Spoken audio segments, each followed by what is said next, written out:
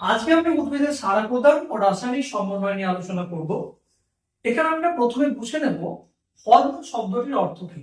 Hormone শব্দটি Greek শব্দ হরমাও বা হরমেইন থেকে এসেছে, যার মানে হচ্ছে উত্তেজিত করা। ঠিক আছে, এখন হরমোন জিনিসটা কি? এটা একটি জৈব রাসায়নিক পদার্থ যা কিছু বিশেষ কোষ সমস্যা থেকে উৎপন্ন হচ্ছে বা কোনো গ্রন্থি থেকে উৎপন্ন হচ্ছে এবং উৎপত্তি স্থল থেকে দূরবর্তী কোনো স্থানে ব্যাপক প্রক্রিয়ার মাধ্যমে গিয়ে সেই জায়গায় সে কার্য করছে এবং এর মাধ্যমে শরীরের বিভিন্ন বিপাকীয় কার্যাবলী সে কিন্তু নিয়ন্ত্রণ করছে। ঠিক আছে, এখন এখানে বিপাক জিনিসটা বুঝতে হবে। বিপাক মানে কি? বিপাক কথার অর্থ হচ্ছে মেটাবলিজম, তাই তো?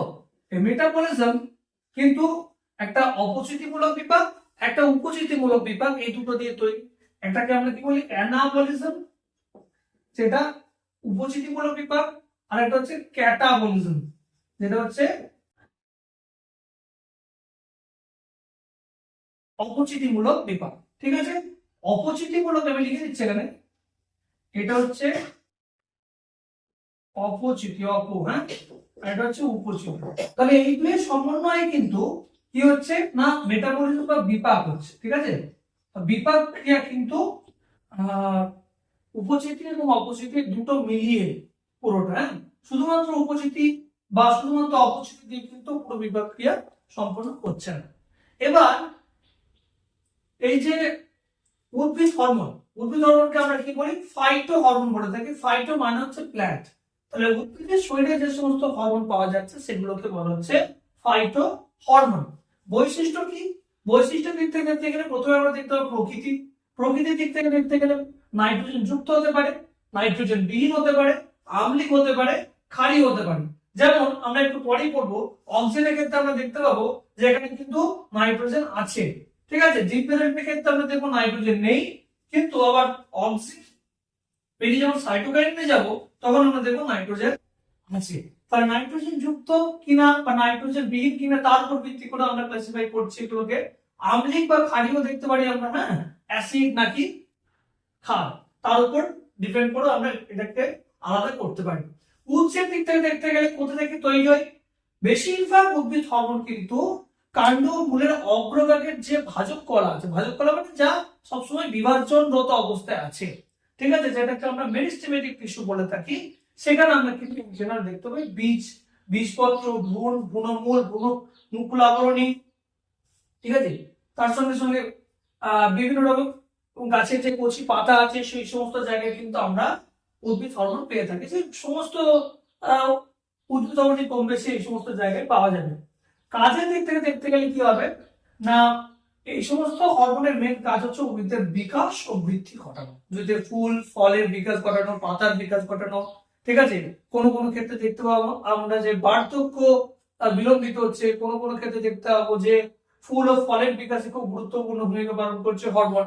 কোনো কোনো ক্ষেত্রে গাছের দৈর্ঘ্য বৃদ্ধিতে, হ্যাঁ, আবার কোনো কোনো ক্ষেত্রে দেখতে পাবো গাছের যে কাঠিক মুকুলের বৃদ্ধিতে গুরুত্বপূর্ণ ভূমিকা পালন করছে হরমোন। ঠিক আছে, তো বিভিন্ন রকমের কাজ আছে হরমোনের ক্ষেত্রে। রাসায়নিক সমন্বয় সাধন করছে এবং দ্বৈত নিয়ন্ত্রণ বলছে। ব্যাপারটা কি রকম? রাসায়নিক সমন্বয় সাধন মানে হচ্ছে হরমোন যে স্থান থেকে তৈরি হলো, ধরো এই জায়গা থেকে তৈরি হলো, এখান থেকেও ব্যাপক প্রক্রিয়ার মাধ্যমে দূরবর্তী কোনো জায়গায় কিন্তু কাজ করলো এবং বিভিন্ন কোষের মধ্যে কিন্তু রাসায়নিক সমন্বয় সাধন করতে পারলো এর মাধ্যমে। এই জন্য এটাকে রাসায়নিক সমন্বয় সাধক বলা হচ্ছে। ঠিক আছে, এবার এখানে দ্বৈত নিয়ন্ত্রণ যে শব্দটি আছে তার মানে কি? দ্বৈত মানে দুই, তাই না? এখানে কি হচ্ছে, যেমন আমরা যদি একটা উদাহরণ হিসেবে নিই, সাইটোকাইনিন যে হরমোনটি আছে সেই হরমোনটি কি করে? কাক্ষিক মুকুলের বৃদ্ধি, এটা যদি কোষ হয় এটা কাণ্ড, এখান থেকে ডাল বেরোচ্ছে মানে যেটা কোষ, তো কাক্ষিক মুকুলের বৃদ্ধি ত্বরান্বিত করবে কে? সাইটোকাইনিন। কিন্তু অপোজিট উল্টো দিকে কাক্ষিক মুকুলের যে বৃদ্ধিটা সেটা কিন্তু কি করবে? ত্বরান্বিত করবে না, সে অগ্রমুকুলের দৈর্ঘ্যটাকে ত্বরান্বিত করবে। তাহলে আমরা কি দেখতে পাচ্ছি? এরা একে অপরের উল্টো কাজ করছে। যদি আমরা অগ্রমুকুলের অংশটাকে বাতি দিই কেটে, তাহলে কিন্তু কাক্ষিক মুকুলে কি হবে? সাইটোকাইনিনের প্রভাবে বৃদ্ধি দেখা যাবে এবং গাছটা গম্বুজাকার হয়ে যাবে। ঠিক আছে, তাহলে এখানে আমরা বলতে পারি দ্বৈত নিয়ন্ত্রণ কাজ করছে। তো হরমোনের ক্ষেত্রে দ্বৈত নিয়ন্ত্রণটা খুব ইম্পর্টেন্ট একটা জিনিস, নইলে কিন্তু একটা অসম বৃদ্ধি দেখা যায়। ঠিক আছে, সামঞ্জস্য থাকবে না বৃদ্ধিতে এবং বিকাশে। এবার কি পরিণতি, পরিণতি কি হয়, হরমোন কাজের শেষে কিন্তু ধ্বংস হয়ে যাবে। বিভিন্ন রকমের অক্সিডেজ এনজাইম আছে যেগুলো কি করে না হরমোনকে ধ্বংস করে দেয় কাজের শেষে, ঠিক আছে। আচ্ছা, এবার অক্সিনের সম্পর্কে একটু আলোচনা করা যাক, ঠিক আছে। প্রথম যে হরমোনটা আমরা করবো সেটা হচ্ছে অক্সিন, ঠিক আছে। অক্সো কথাটি মানে গ্রোথ, তাহলে এই হরমোনটা কি করে উদ্ভিদের গ্রোথে গুরুত্বপূর্ণ ভূমিকা পালন করছে, সেই জন্য এটাকে নাম দিয়েছে অক্সিন। অক্সিজেনে যদি আমরা ইয়ে দেখি, ফর্মুলা দেখি, C10H9O2N দেখাচ্ছে, অর্থাৎ এখানে কার্বনের সংখ্যা 10টা আছে, হাইড্রোজেন 9টা আছে, অক্সিজেন 2টো আছে। সবথেকে ইম্পর্টেন্ট হচ্ছে নাইট্রোজেন। নাইট্রোজেন কিন্তু এখানে বিদ্যমান, নাইট্রোজেন এখানে উপস্থিত, অর্থাৎ আমরা বলতে পারি এটা একটা কি নাইট্রোজেন যুক্ত একটা জৈব অম্ল, ঠিক আছে। জৈব রাসায়নিক পদার্থ জৈব অম্ল। এবং এখানে এটাকে বলা হচ্ছে ইন্ডোল বর্গের। কেন? কারণ এর যে কেমিক্যাল নামটা সেটা হচ্ছে indole acetic acid, indole acetic acid, ঠিক আছে। তাহলে IAA ছোট করে বা ইন্ডোল বিউটারিক অ্যাসিডও হয়। তো আমরা কি দেখতে পাচ্ছি এখানে ইন্ডোল নামটা আছে, তাই তো। এই ইন্ডোলটা থাকার কারণ হচ্ছে ইন্ডোল বর্গের কম্পাউন্ড বলে নামটাকে আমরা বলি ইন্ডোল অ্যাসিটিক অ্যাসিড। তাহলে আমাদের মনে রাখতে হবে যে অক্সিজেনের কেমিক্যাল নাম যদি বলে প্রাকৃতিক অক্সিজেনের ক্ষেত্রে আমরা ইন্ডোল অ্যাসিটিক অ্যাসিড লিখতে পারি, ইন্ডোল বিউটারিক অ্যাসিডও কিন্তু আমরা লিখতে পারি, IBA লিখে দিচ্ছি, IBA ইন্ডোল বিউটারিক অ্যাসিড। তো তোমরা যদি জৈব রসায়ন পড়ে থাকো তাহলে তোমরা দেখবে যে অ্যাসিটিক অ্যাসিড এবং বিউটারিক অ্যাসিড মানে কি। অ্যাসিটিক মানে কি, যেখানে দুটো কার্বন যুক্ত একটা অ্যাসিড CH3COOH, আর এখানে যেটা আছে সেটা হচ্ছে বিউটারিক অ্যাসিড, বিউট মানে চারটে কার্বন যুক্ত অ্যাসিড, সেই জন্য এটাকে নাম লিখেছে বিউটারিক অ্যাসিড। ব্যাস এইটুকুই ডিফারেন্স, ইন্ডোল বর্গটা সেমই আছে, কিন্তু এখানে চেঞ্জ হয়েছে কি অ্যাসিটিক অ্যাসিড এর জায়গায় বিউটারিক অ্যাসিড চলে এসেছে। যাই হোক, তাহলে এগুলো হচ্ছে অক্সিজেনের কেমিক্যাল নাম। এবার মূলকাণ্ডের অগ্রস্থ ভাজক কলা থেকে এটা তৈরি হচ্ছে। আমি আগেই বলেছি মূলকাণ্ডের অগ্রস্থ ভাজক কলায় প্রচুর পরিমাণে অক্সিজেন পাওয়া যায়, কারণ উদ্ভিদের মূলকাণ্ডের বৃদ্ধিতে গুরুত্বপূর্ণ ভূমিকা পালন করছে, মুখ্য ভূমিকা পালন করছে বলবো সেটা হচ্ছে অক্সিজেন। কাজগুলো দেখে নেওয়া যাক। অক্সিজেনের সব থেকে ইম্পর্টেন্ট কাজ যেটা তোমাদের মাধ্যমিকে ইম্পর্টেন্ট সেটা হচ্ছে কি, সেটা হচ্ছে অগ্রস্থ প্রকটতা। অগ্রস্থ প্রকটতা জিনিসটা কি, নাম একটু আগেই বললাম আমি, যে অগ্রমুকুলের যে বৃদ্ধিটা আছে সেটা কিন্তু নিয়ন্ত্রণ করছে কি অক্সিজেন, কিন্তু কাক্ষি মুকুলের বৃদ্ধিটাকে সে হচ্ছে নিয়ন্ত্রণ মানে বৃদ্ধিটাকে কিন্তু সে ত্বরান্বিত করছে না, ঠিক আছে। তাহলে কাক্ষি মুকুলের বৃদ্ধি ব্যাহত হচ্ছে, অগ্রমুকুলের বৃদ্ধি ত্বরান্বিত হচ্ছে, সেই জন্য অগ্রস্থ প্রকটতা বলা হচ্ছে। যেহেতু অগ্রমুকুল এখানে প্রায়োরিটি পাচ্ছে সেই জন্য এটাকে বলবো অগ্রস্থ প্রকটতা। এই অগ্রস্থ প্রকটতার উল্টো কাজ করবে কে, সাইটোকাইনিন। যদি আমরা অগ্রমুকুলটাকে কেটে দিই তাহলে দেখতে পাবো যে কাক্ষি মুকুলের বৃদ্ধিজনিত কারণে গাছটা গৌরজাকার আকৃতি ধারণ করছে, এবং সেটা হয় সাইটোকাইনিনের কনসেন্ট্রেশন বেশি হওয়ার কারণে। কোথায়, কাক্ষিক মুকুলে, ঠিক আছে। এখন তাহলে আমরা অগ্রস্থ প্রকটতা কি বুঝতে পারলাম। এখন গৌণ বৃদ্ধি এবং কোষের বৃদ্ধি, বিভাজন, ট্রপিক চলন নিয়ন্ত্রণ এগুলো সম্পর্কে আলোচনা করি। এখানে মোস্ট ইম্পর্টেন্ট যে কয়েকটা পয়েন্ট হচ্ছে সেটা হচ্ছে ট্রপিক চলন নিয়ন্ত্রণ এবং ফলের পরিস্ফুটন। এই দুটোর জায়গা থেকে কিন্তু খুব ইম্পর্টেন্ট কোশ্চেন চলে আসে এই তিনটে জায়গা থেকে। এক হচ্ছে অগ্রস্থ প্রকটতা, আর 2 নম্বর হচ্ছে ট্রপিক চলন নিয়ন্ত্রণ, আর 3 নম্বর হচ্ছে ফলের পরিস্ফুটন। সুতরাং আমরা আগে এই তিনটা আলোচনা করে নিচ্ছি, তারপর বাকিগুলো আলোচনা করছি। ট্রপিক চলন নিয়ন্ত্রণটা কেমন করে করে, আগে ভিডিওতে তোমরা যদি দেখে থাকো তাহলে তোমরা বুঝতে পারবে যে এরকম একটা যদি আমরা গাছ কল্পনা করি জাস্ট, ঠিক আছে। এটা হচ্ছে কাণ্ডের অগ্রভাগ, এটা হচ্ছে মূলের অগ্রভাগ, ঠিক আছে।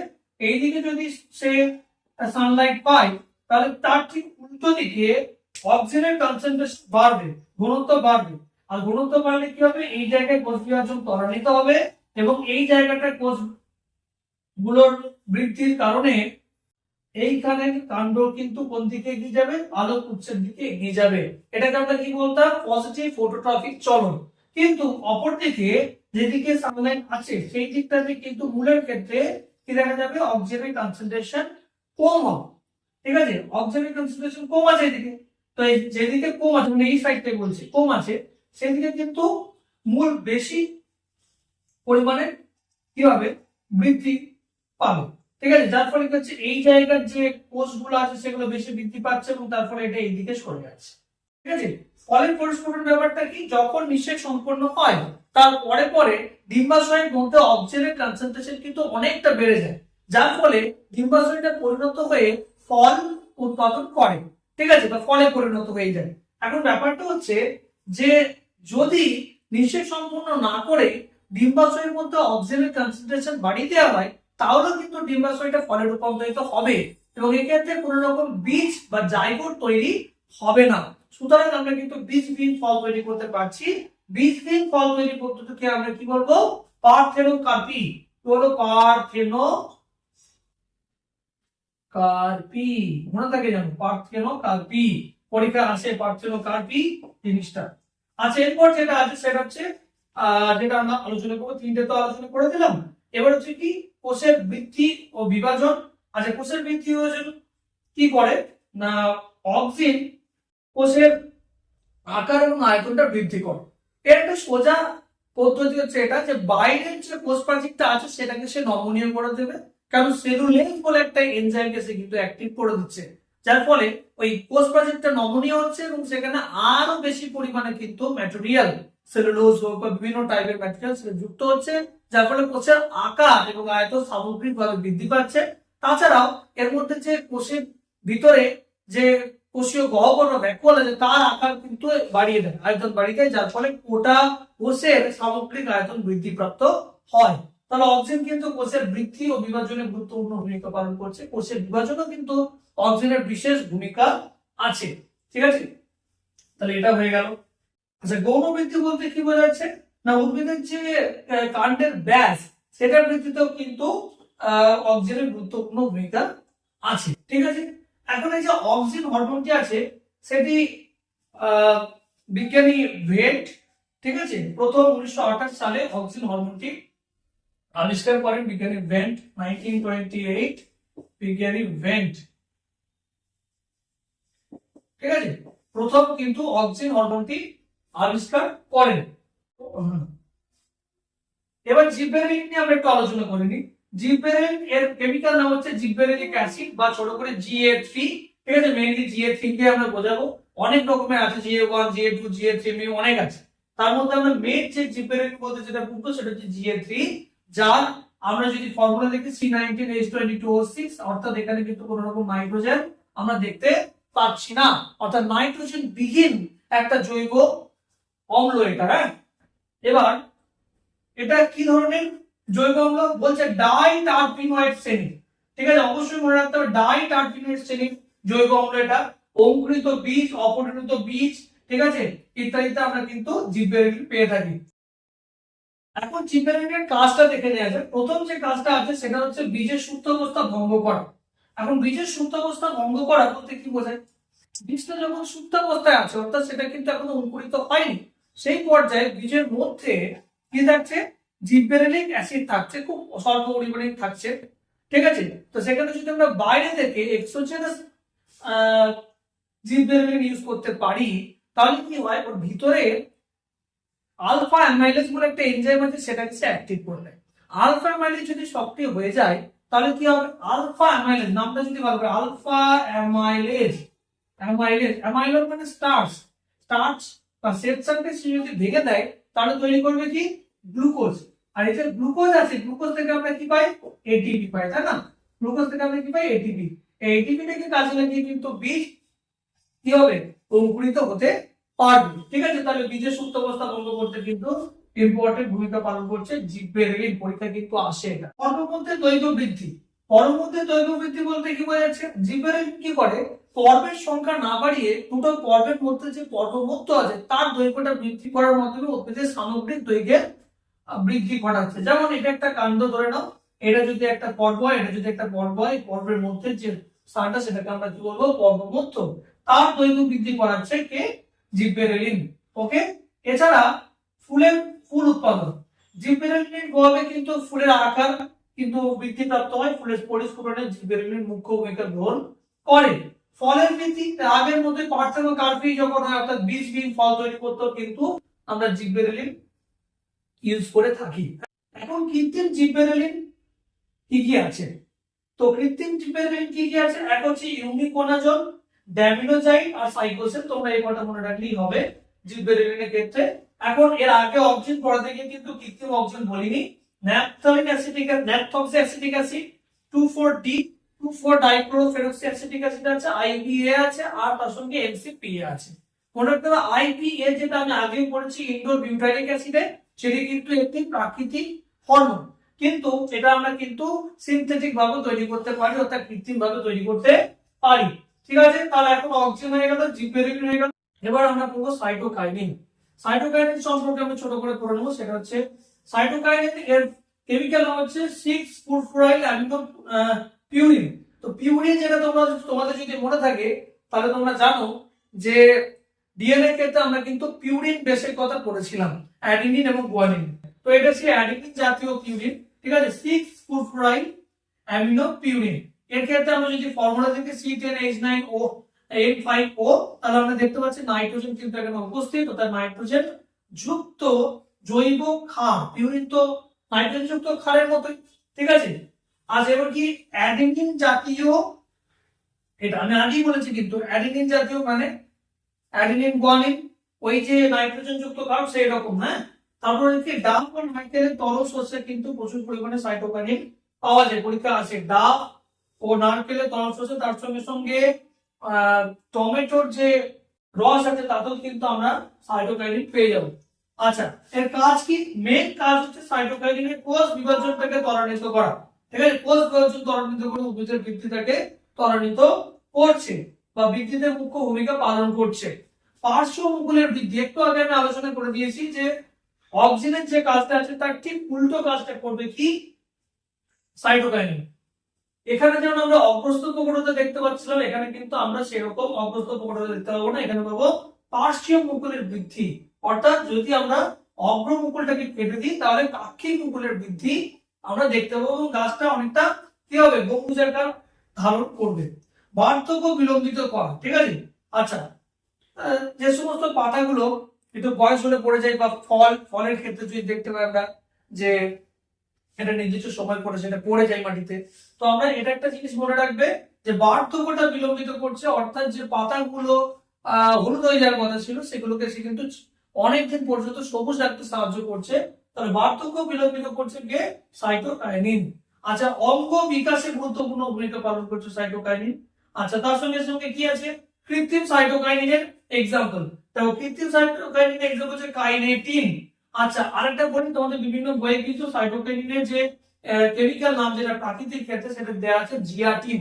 তোমরা জিয়াটিন লিখলেও হবে, অথবা তোমরা এটাও লিখতে পারো 6-ফুরফুরাইল অ্যামিনো পিউরিন, জিয়াটিন, বা এটা দুটোর মধ্যে যে কোনো একটা লিখে দিও।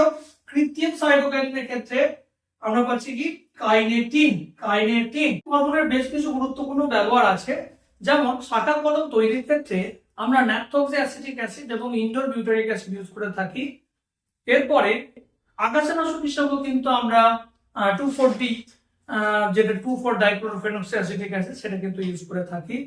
পরিণত অপরিণত ফল এবং মুকুল যাতে ঝরে না পড়ে সেই কারণে কিন্তু আমরা 2,4-D অনেক সময় ইউজ করে থাকি।